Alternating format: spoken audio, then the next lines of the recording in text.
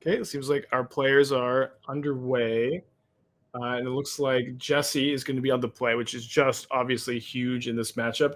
And not only is she on the play, she has the grief scam. Doesn't have any other castable spells in hand, but I think this is simply enough to keep on the play, especially in this matchup. One awkward part we see about this hand is, although you have the grief scam, the one lander means that you're sort of all in on this grief, helping you get a ton of early game leverage because right now, she can play grief, pitching either Terminate or Dathi Voidwalker and take 2 cards. But Dingo has a lot of removal in his hand.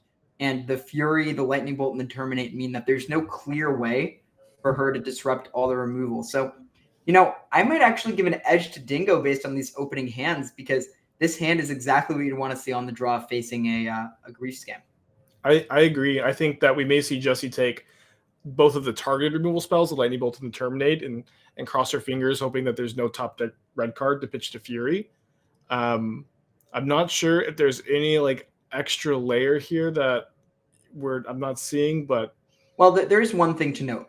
With the Bowmasters in hand on turn 2 for Dingo, he can ping the Grief and try to double block. So there's this hidden removal spell that he has access to, which means that even with taking the Terminate and Bolt, you're not able to guarantee that this Grief is going to connect past the first 2 turns. That might be enough to do it with the Terminate in hand, though. That's a great point. I think if Jessie doesn't just rip the land off the top, it kind of has to be a red land. I agree. I think we're going to see Dingo a little bit ahead here. And what do you think of Dathi Voidwalker in the mirror? Do you think that's something that players are like, oh, this is not great early, but can be good late? Like, what's the role of Dathi in this matchup? Dathi, I think, is overall weaker than you might expect for a card that has like graveyard hate on in a matchup where players are flickering their cards constantly. It is like it usually trades kind of unfavorably against grief, unfavorably against the 1-mana removal, is somewhat easy to play around. I think once you untap with Dathi Voidwalker, it can maybe like get extra uses out of scam. It can be quite important, but one other big problem is that it doesn't play defense very well at all. It does play defense better in this matchup than it does in any other matchup because it can block opposing Voidwalkers, but overall, not a great blocker. Right, and we saw Jessie draw that land. So finding that Blood Crypt on time was huge for how this game ends up. Because now with the treasure, she already has access to enough mana to cast the Fable. She drew another Blood Crypt, meaning that she doesn't even have to use the treasure if she wants to cast it. And the Ragavan doesn't even have to be exposed. So with 2 lands off to the top for the first 2 draw sets for Dingo, not the greatest spot to be in. This is sort of a hard turn, though, I think. Like, you have to decide, do I want to just play Fable? Do I want to attack and allow a double block?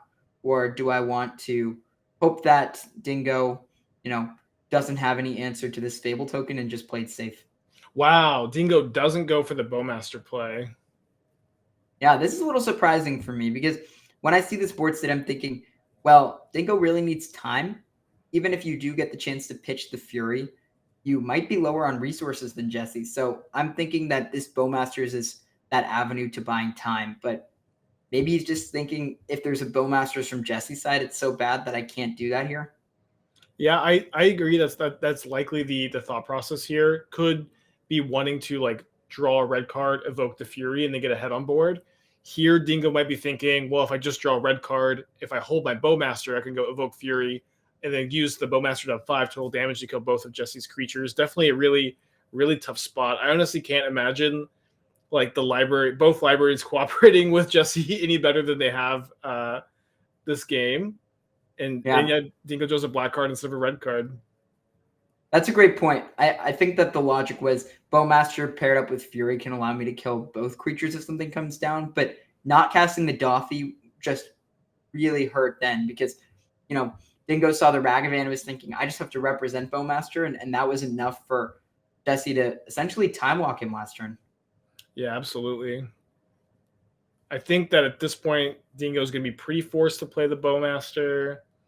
But this will stop Jessie from being effectively able to loot with the Fable of the Mirror Breaker, which will keep that Verdant Catacombs stranded in the hand, I imagine. I don't think there's a great argument for trading the Catacombs for a Bowmaster trigger. I could be wrong about that. Yeah, I mean, one thing Dingo did was target the grief with the trigger, which makes it a little more appealing to discard something, but even then, it's probably not worth it. We're kind of seeing the advantage of, this grief sticking on the play means that Jessie didn't really have to do anything else proactive. She can kind of maneuver around a lot of Dingo's tricks with the Bowmaster early on. And suddenly, Dingo's at a pretty low life total and doesn't have a lot of draw steps to get out of this. Even if Dingo is to find something like a red card to cast this Fury, it can't kill both the creatures. Yeah, and we see the chump block from Bowmaster on the Fable token. Imagine that's a nod to the fact that it is very, very difficult to get yourself to one life in this matchup with not dead after all. At Orcish Bowmasters, you are going to be dead eventually. Right. One thing that was sort of rough was last turn with the Bowmaster's trigger, Dingo ended up targeting the Grief, which meant that the token wasn't able to trade off for the Goblin Shaman if the Shaman had been targeted instead. So given the plan was to try to kill the Grief, then not double blocking kind of ended up coming back to bite him. Otherwise, we might have seen something like Dothy Voidwalker cast Fury this turn. But playing Ragavan and hitting Bowmaster is still a little bit too late at this point with two creatures coming across. That Wicked Roll token almost assuredly means that the last point will be trivial. Yeah, so I believe that Dothy Voidwalker does not stop the damage from the Wicked token. I can't remember. Right. It does not. It goes to the graveyard as a token.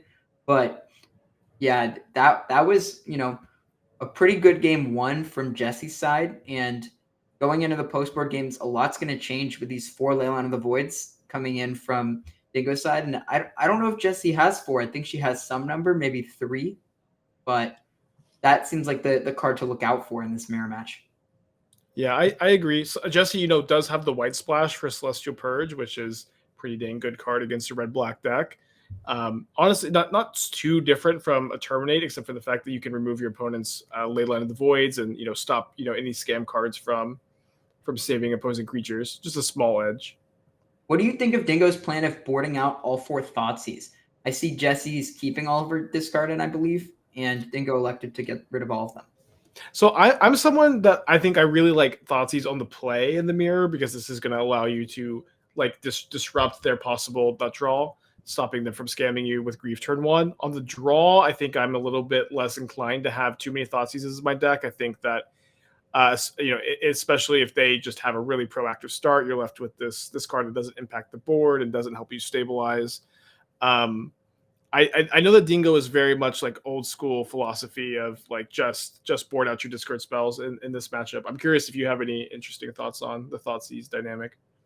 I think the cards are so powerful that getting rid of Thoughtseize is less appealing to me when I'm playing this matchup. But the main incentive I see is that Leyline of the Void means the games are a lot lower resource. So I would point to that specific card as a reason why the Thoughtseizes get a lot worse when each player has a lot of copies of this, and that affects the value of the not dead after alls. And so that sort of means that, along with the Thoughtseize, Dingo took out a few copies of Not Dead After All, and Jesse kept Thoughtseizes and kept Not Dead After Alls and is drawn. The turn 1 Grief that we've talked about is so strong in this matchup. Yeah, basically so strong in every matchup. The chat seems to be really, really excited every single time someone casts Grief. The whole time I've just seen people spamming Grief at the chat.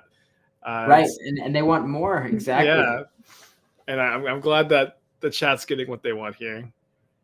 So another spot where Dingo elects not to go for a Bowmaster line. Maybe this is something that he's had an experience with in the mirror going badly, and he's like, I want to save my Bowmaster.